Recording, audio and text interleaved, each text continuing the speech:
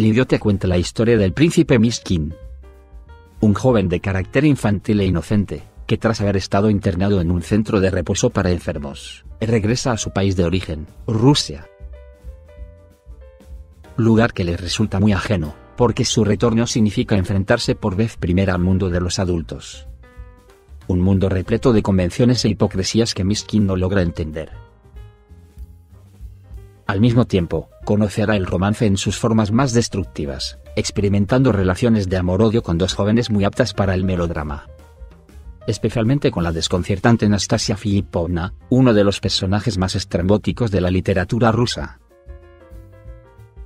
Esta novela está repleta de seres con baja autoestima, personajes heridos en su amor propio, que sin embargo son capaces de provocar gran admiración en el lector.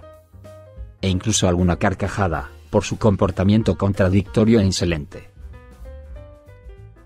La presencia de estos personajes tan humanos, nos permiten sentir una permanente simpatía por el iluso y compasivo protagonista.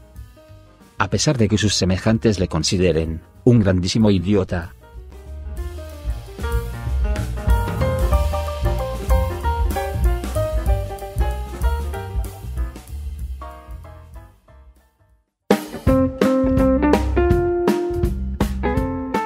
Sean bienvenidos a Narrativa Clásica Radio.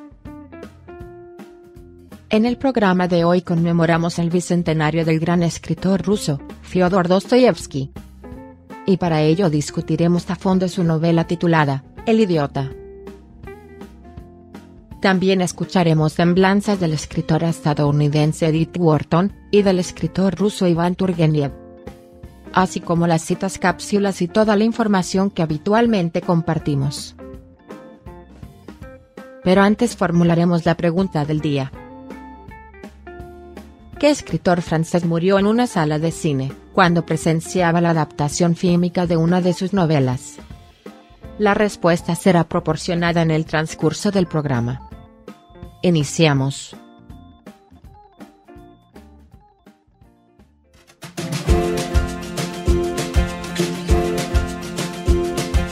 El idiota es una novela psicológica escrita por uno de los más grandes narradores de todos los tiempos, Fyodor Dostoyevsky. Consta de cerca de 800 páginas. Fue publicada originalmente en el año de 1869. A pesar de su extensión, la prosa no ofrece demasiada dificultad de lectura.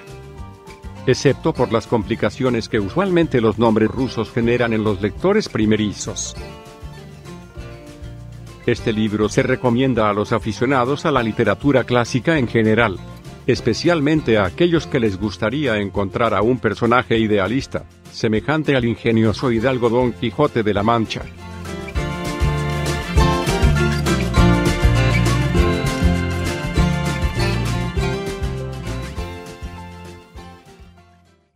Después de escuchar la ficha técnica, iniciamos con el análisis, hablando sobre los patéticos pero brillantes personajes creados por Dostoyevsky.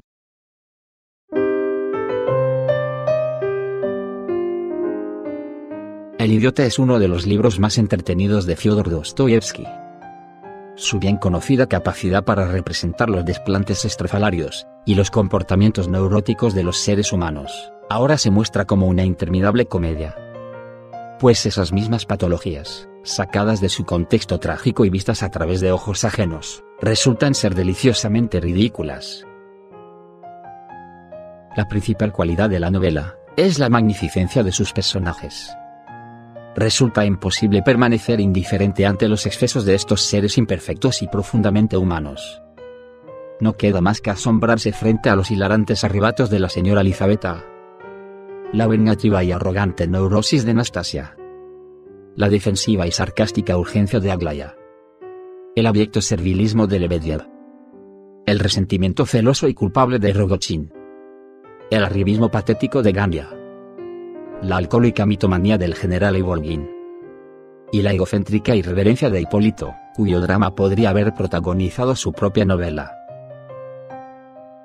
En suma tenemos una confluencia de personajes fascinantes, que podrían figurar como los actores principales de cualquier relato. Sin embargo, su labor aquí es engrandecer el mundo de un soberbio protagonista. Nuestro soberano idiota, el príncipe Miskin, y es que este personaje central encierra una perfección no idealizada, o debiéramos decir atormentada, del alma humana. Escuchemos la siguiente cita del idiota, en la que empezaremos a notar la paciencia, la limpieza de corazón, y la abnegación cristiana del príncipe Miskin. Virtudes que en lugar de ser valoradas por el resto de los personajes, van conformando la opinión general, de que nuestro protagonista es un imbécil.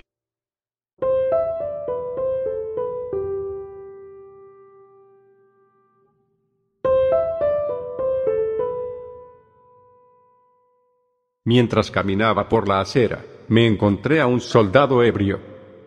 Me dijo: «Señor, cómpreme esta cruz, es de plata». Pero se notaba a simple vista que la cruz era de estaño. Aún así, saqué de mi bolsillo los 20 cópex que me pedía, y se los di. Luego me puse la cruz en el cuello. En el rostro del hombre se notó la satisfacción de haberme engañado como a un pobre idiota, e inmediatamente se fue a la taberna, para beberse el producto de la venta. Yo continué mi camino pensando: solo Dios sabe lo que se encierra en el corazón de ese canalla. Antes de condenarlo, esperaré. Una hora más tarde, me encontré con una joven aldeana, que llevaba un niño de pecho en su regazo. Observé que se santiguaba en repetidas ocasiones, por eso le pregunté: ¿por qué te persignas así, buena mujer? Y me respondió: cuando una madre ve la primera sonrisa de su hijo, se alegra tanto como Dios cuando ve que un pecador arrepentido eleva una plegaria ferviente. Su respuesta contenía un pensamiento tan profundo, tan delicado, que me pareció verdaderamente cristiano. Porque ahí se concentraba la noción de Dios, considerado como nuestro Padre. Y quien lo expresaba era una simple aldeana. Una pobre mujer, que quizás fuera la esposa del soldado que me vendió esta ordinaria cruz de estaño. Después de escuchar esta cita, haremos una pausa, en la que consideraremos cuáles son las mejores traducciones de Fyodor Dostoyevsky. No es fácil decirlo, pero lo intentaremos. Narrativa Clásica Radio. Regresamos.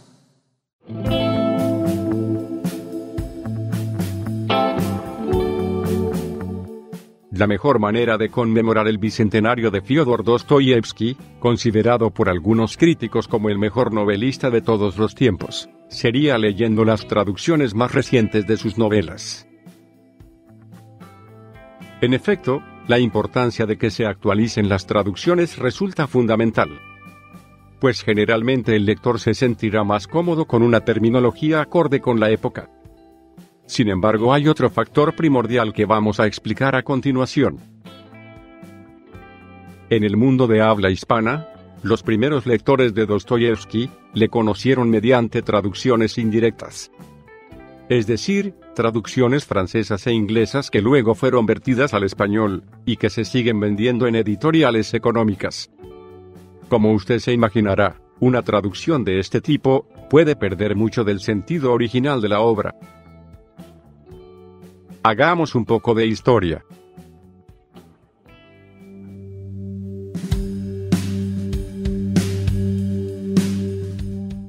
Las primeras traducciones directas del ruso fueron las del poeta español Rafael Cansinos, en la primera mitad del siglo XX. Estos trabajos pueden considerarse buenos, y persisten en algunas editoriales, como en la versión de Crimen y Castigo de Random House de bolsillo. No obstante, su antigüedad hacía necesario un nuevo intento. Y este llegó en la década de 1960, gracias a la labor del pedagogo Augusto Vidal. Sus traducciones son poco populares, sin embargo algunas de ellas todavía pueden encontrarse. Por ejemplo, la versión de los hermanos Karamazov en Alianza Editorial. En la década de 1990, toma la estafeta el prestigiado hispanista Juan López Morillas. Cabe decir que los resultados, publicados por Alianza Editorial, son muy buenos. Desafortunadamente su muerte lo privó de completar la bibliografía del autor ruso. De esta manera llegamos al siglo XXI, con las primeras traducciones de Fyodor Dostoyevsky, elaboradas por un filólogo especialista en letras eslavas. El encargado es Fernando Otero Macías, quien ha dirigido las traducciones al español de las novelas maestras de Dostoyevsky, Crimen y Castigo, Humillados y Ofendidos, Los Hermanos Karamazov, y El Idiota. También el libro autobiográfico Memorias de la Casa Muerta. Así como las obras más controvertidas o menos conocidas, como Pobre Gente, Los Demonios, y El Adolescente. Todas para Alba Editorial, obteniendo importantes reconocimientos. Como vemos, no existe un consenso. Aún está por verse si el trabajo de Otero Macías llegará a convertirse en canónico, pues tendrá que competir con las traducciones aún vigentes de López Morillas, y además con las de Omar Lobos en Argentina. Sin embargo, la condición de Otero Macías como filólogo especializado, nos permite colocarle como la opción más atractiva. Lo que no recomendamos es recurrir a las versiones económicas, pues estas solo podrán ofrecer los textos más antiguos. Como quiera que sea, leamos a Fyodor Dostoyevsky, a 200 años de su nacimiento.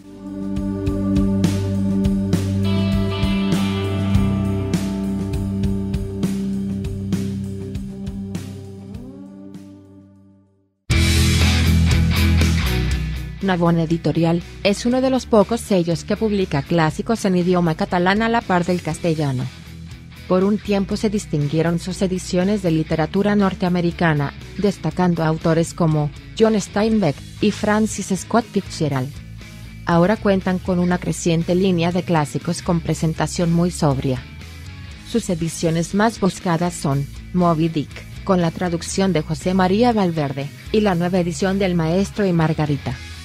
Además, en Navona Editorial podemos encontrar nuevas traducciones del Llamado de la Selva, El Conde de Montecristo, y La Transformación, antes la Metamorfosis.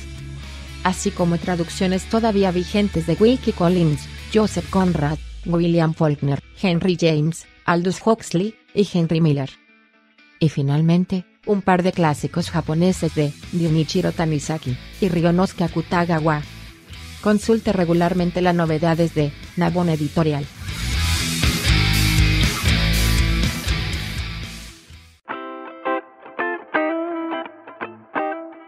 Narrativa Clásica Radio. Iluminando sombras.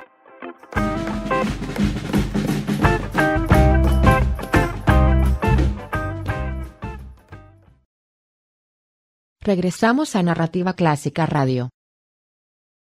Les recordamos la pregunta del día. ¿Qué escritor francés murió en una sala de cine, justo cuando presenciaba la adaptación de una de sus novelas? Seguramente que usted lo sabe. De no ser así, contestaremos la pregunta más adelante. Por el momento seguiremos hablando del príncipe Mishkin, protagonista de la novela El Idiota. La siguiente cita nos refleja el mundo de ingenua e innecesaria sinceridad, en la que este personaje vive, así como su indiscutible carácter quijotesco.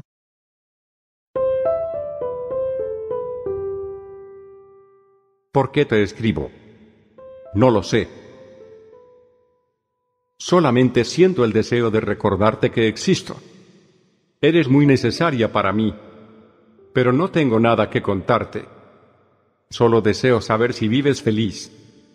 Eso es todo lo que quería decirte. Príncipe Mishkin. Tras leer aquella breve e incoherente carta, Aglaya se quedó pensativa, como sintiéndose avergonzada. Y con una sonrisa burlona, la metió en un cajón de su escritorio. Más tarde la colocó entre las hojas de un voluminoso libro, tal como acostumbraba a hacer con los papeles que nunca más consultaría. Ese libro resultó ser Don Quijote de la Mancha.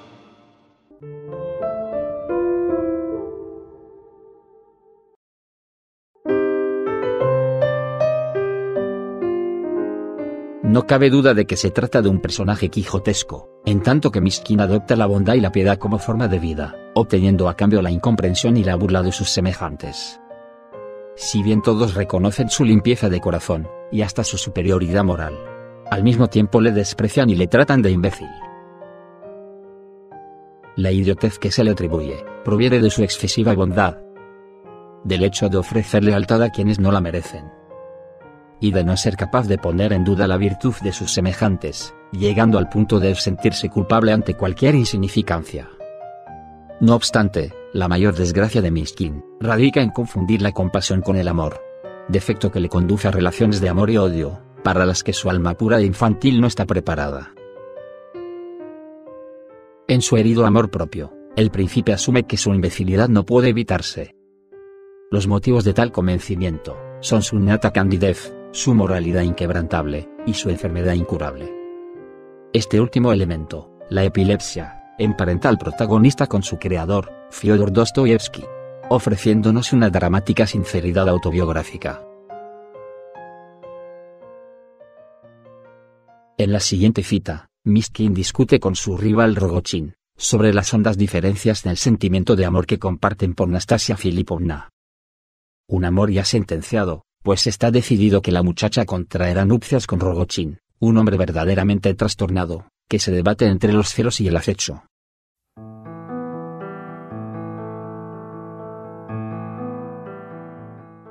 Cada ser humano tiene su peculiar forma de amar, y en este caso diferimos por completo. Tú dices que sientes un amor compasivo por Nastasia Filipovna. A mí no me inspira ese tipo de sentimientos. Es verdad que sueño con ella todas las noches, pero en esos sueños, me parece verla siempre burlándose de mí, deshonrándome con otros hombres. Así es, amigo mío. Esa mujer que va a convertirse en mi esposa, me detesta, y me tiene como el más despreciable de los gusanos. Me creerás si te digo que hace 5 días que no la veo, porque no me atrevo a visitarla. Si me aparezco frente a ella me va a preguntar con desprecio, ¿y tú qué haces aquí? Imagínate la situación de un prometido que no se atreve a visitar a su novia. De modo que me paso el día en casa. Y cuando no puedo más, salgo a rondar por los alrededores de la suya, ocultándome en cualquier rincón. En una ocasión en que permanecí acechando casi hasta el amanecer, ella me descubrió. Y desde su ventana me dijo: ¿qué harías si algún día descubrieras que te estaba engañando? No pude contenerme y le respondí: tú sabes bien lo que haría.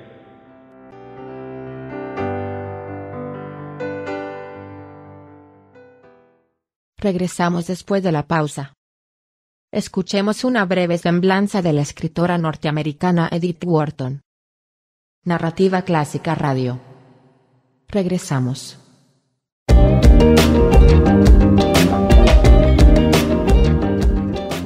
Edith Wharton, o Edith Wharton, es conocida como la escritora que retrató a las clases altas norteamericanas. Esta imagen se debe principalmente a sus novelas más conocidas, La Edad de la Inocencia, y La Casa de la Alegría. Sin embargo, su legado constituye mucho más que eso. Wharton también escribió brillantes novelas sobre personas sencillas, además de una buena cantidad de relatos de fantasmas, tan estupendos como poco conocidos. Su temprana amistad con el escritor Henry James, la marcó para siempre. Sin embargo, el estilo de Wharton evolucionó por cuenta propia, convirtiéndose en una escritora independiente, capaz de competir con su ilustre maestro, e incluso superarlo. Sus sólidos y convincentes personajes femeninos, carecieron de la idealización propuesta por autoras como Jane Austen, y se ubican más cercanos a la escuela del realismo social. Su prosa es elegante y fluida. Una delicia para quien gusta del estilo clásico refinado, pero que no desea inmiscuirse con vanguardias literarias en extremo complicadas. Sus novelas más importantes son, además de las ya mencionadas La Edad de la Inocencia, y La Casa de la Alegría, Los Reflejos de la Luna, Estío, y Las Costumbres Nacionales. Sus cuentos más celebrados son Singu, La Fiebre Romana, y Las Hermanas Bunnar. Sus relatos de fantasmas están siendo descubiertos en el mundo de habla hispana, gracias a una nueva recopilación llamada Cuentos Inquietantes. Edith Wharton demostró que las poderosas clases aristocráticas, a las que ella pertenecía, no eran necesariamente aristocracias morales ni aristocracias del pensamiento. Su gran mérito fue desnudar las conciencias de las personas, que a pesar de haber nacido en condiciones de privilegio, continúan reproduciendo los errores más comunes de la naturaleza humana.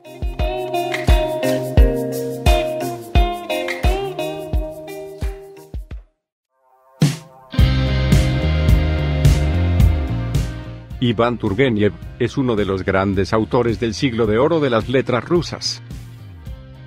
Es conocido como el más occidental de los escritores de su patria, pues logró asimilar las influencias del realismo francés, para incorporarlas al vasto mundo de la literatura de la madre Rusia. En su aclamada novela titulada Padres e Hijos, Turgeniev creó el término nihilista, una palabra que describe a las personas escépticas, partidarias de la corriente filosófica que niega que la existencia humana tenga un sentido trascendental, un propósito, o un significado. Otra de sus novelas más aclamadas es Nido de Hidalgos, también conocida como Nido de Nobles, en la que retrata al sector más mojigato e irresponsable de la sociedad, al que solo le interesa la apariencia, la tertulia, y el juego. Su libro de cuentos titulado Memorias de un cazador, jugó un papel fundamental participando en la discusión pública, que dio como resultado la emancipación de los siervos. Otro relato notable, El diario de un hombre superfluo, formula una crítica a los aristócratas ilustrados, que a pesar de ver las circunstancias sociales con la claridad y la objetividad suficientes, no hacen nada por mejorar su entorno. Iván Turgeniev es uno de los mejores autores del siglo XIX, y comparte con Tolstói, Dostoyevsky, Gorky y Chekhov un lugar preponderante en el estudio de la literatura rusa.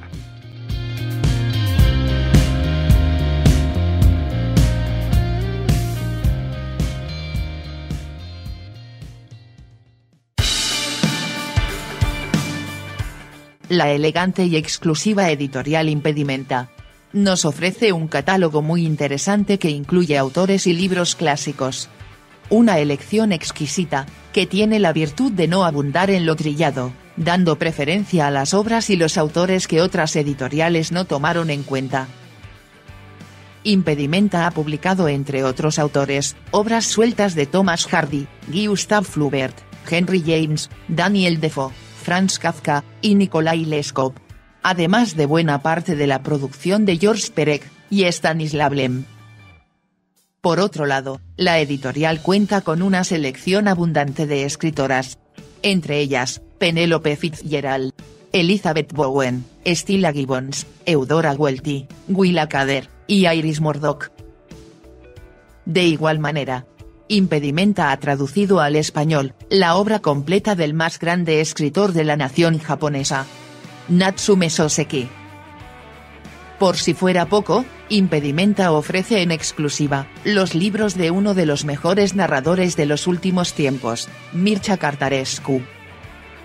Si usted busca literatura de altos vuelos, con libros de excelente manufactura, y que proporcionen una alternativa a lo más trillado, busque en su librería la oferta de Editorial Impedimenta.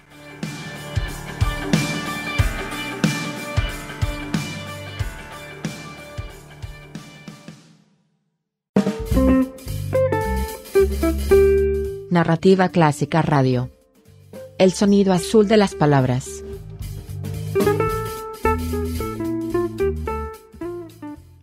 Regresamos a Narrativa Clásica Radio, en el bicentenario de Fyodor Dostoyevsky. Ahora hablemos sobre los detalles técnicos de la novela, El idiota.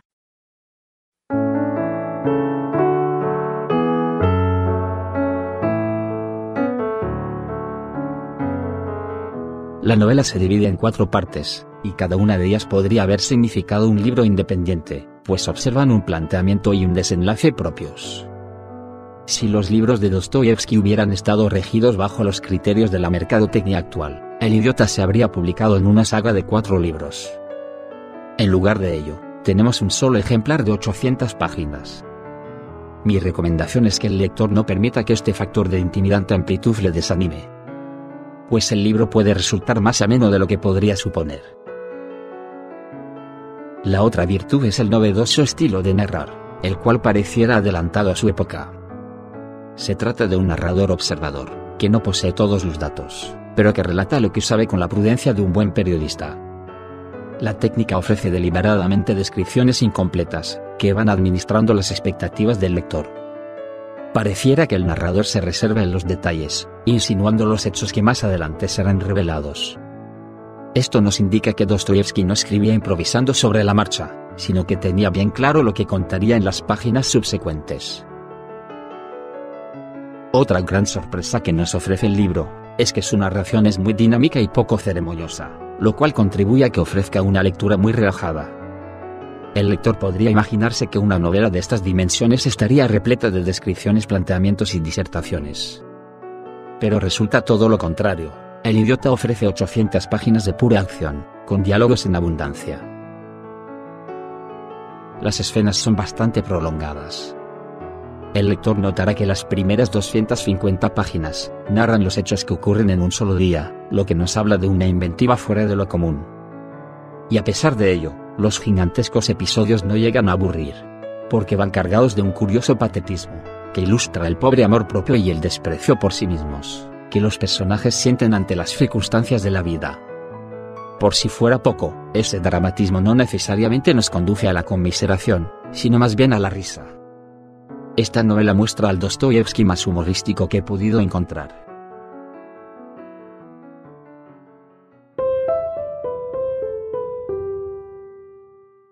Esta clase de caballeros chismosos, extremadamente bien informados, suelen encontrarse en cierta clase social.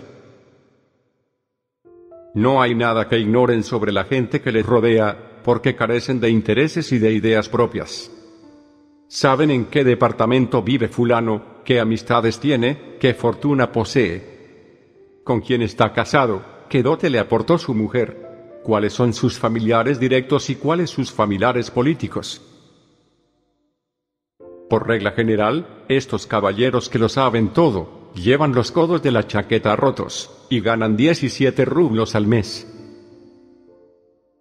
Por su parte, las personas de las que tanto hablan, quedarían sorprendidas si lograran saber cómo es que estos chismosos están tan bien informados sobre los detalles de su vida, incluso mejor que ellos mismos.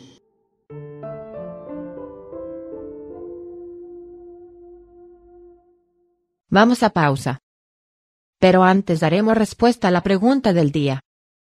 ¿Qué peculiar escritor francés murió en un cine, mientras apreciaba en la pantalla la adaptación fílmica de una de sus novelas? La respuesta correcta es Boris Vian. Escuchemos. Uno de los escritores más extraños de la literatura francesa es Boris Vian. No solo por sus historias surrealistas, en las que abundan los símbolos oníricos y las situaciones absurdas, sino también por su enigmática personalidad.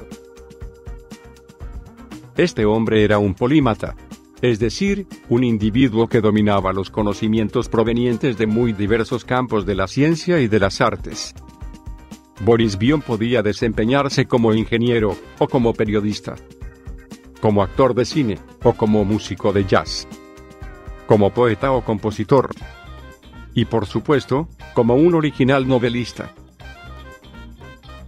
Cuando era pequeño padeció de fiebre reumática, condición que debilitó su corazón, y le provocó la muerte a edad temprana. No obstante, Vian tuvo el tiempo suficiente para escribir 10 novelas, 4 libros de cuentos, y 4 obras de teatro. La principal característica de su estilo es el surrealismo, simpatizando con el cuento fantástico y la novela negra. Boris Vian trabó amistad con otros escritores, músicos y luminarias, como el filósofo Jean-Paul Sartre, a quien satirizó en alguna de sus novelas. Vian también es conocido por ser el autor europeo que escribió literatura inspirada en el género gótico sureño, es decir, la novela negra del sur de los Estados Unidos, sin haber vivido en ese país.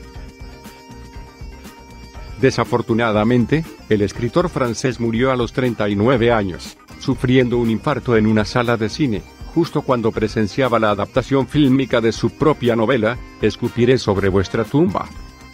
Sin duda fue un final literario para un hombre extremadamente talentoso, que se expresó mediante la música, la ciencia, y mediante una escritura atrevida y original, en la que cobra vida una realidad paralela, acorde a las vanguardias artísticas de su tiempo.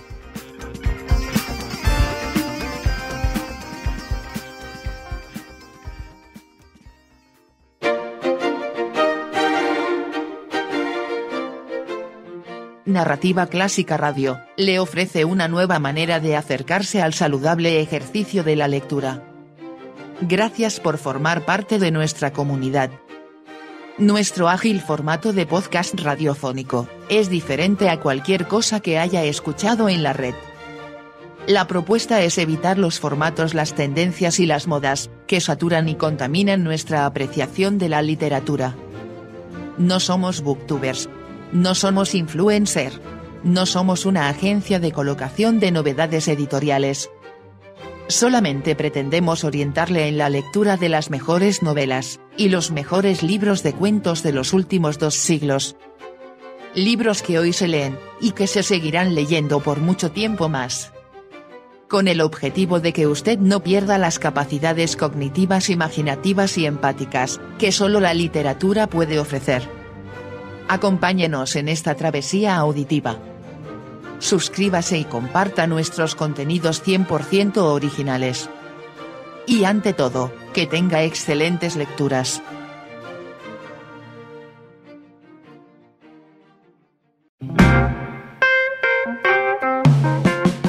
Narrativa Clásica Radio. Literatura cinemática.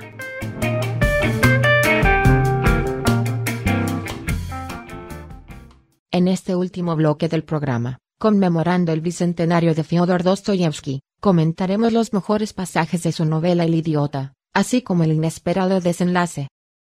Por supuesto, sin hacer spoiler, y recomendando ampliamente la lectura de este libro.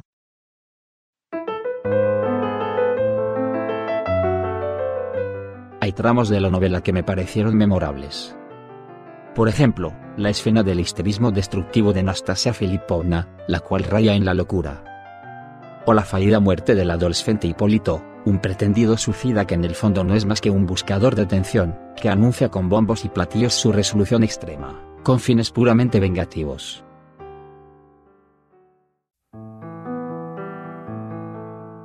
Tengo entendido que los japoneses hacen algo semejante. Cuando un hombre se considera ofendido, puede presentarse ante su ultrajador. Le dice: me has injuriado. Por lo tanto, vengo a abrirme el vientre delante de ti. Y en verdad lo cumple, experimentando un extraño placer en ese acto de venganza. En el mundo existen caracteres muy extraños.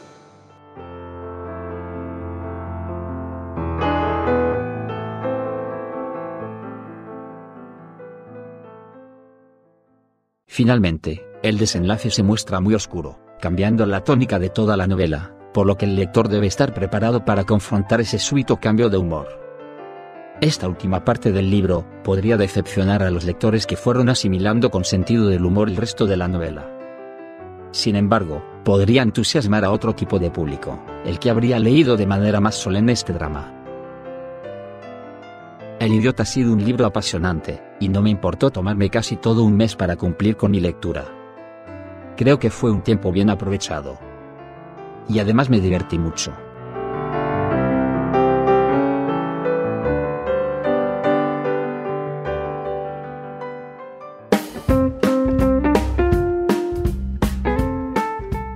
Por hoy es todo. Los esperamos en la próxima emisión. Para seguir escuchando nuestra radio, suscríbase a este canal. Y no olvide dejar un me gusta, además de sus amables comentarios. Narrativa Clásica Radio es una producción de Guillermo Castro. Voces de Concepción Castizo, Miguel Asensio y Enrique Cifuentes. Conducción de Penélope Bisset. Guión y contenidos originales de Guillermo Castro. Muchas gracias por su atención.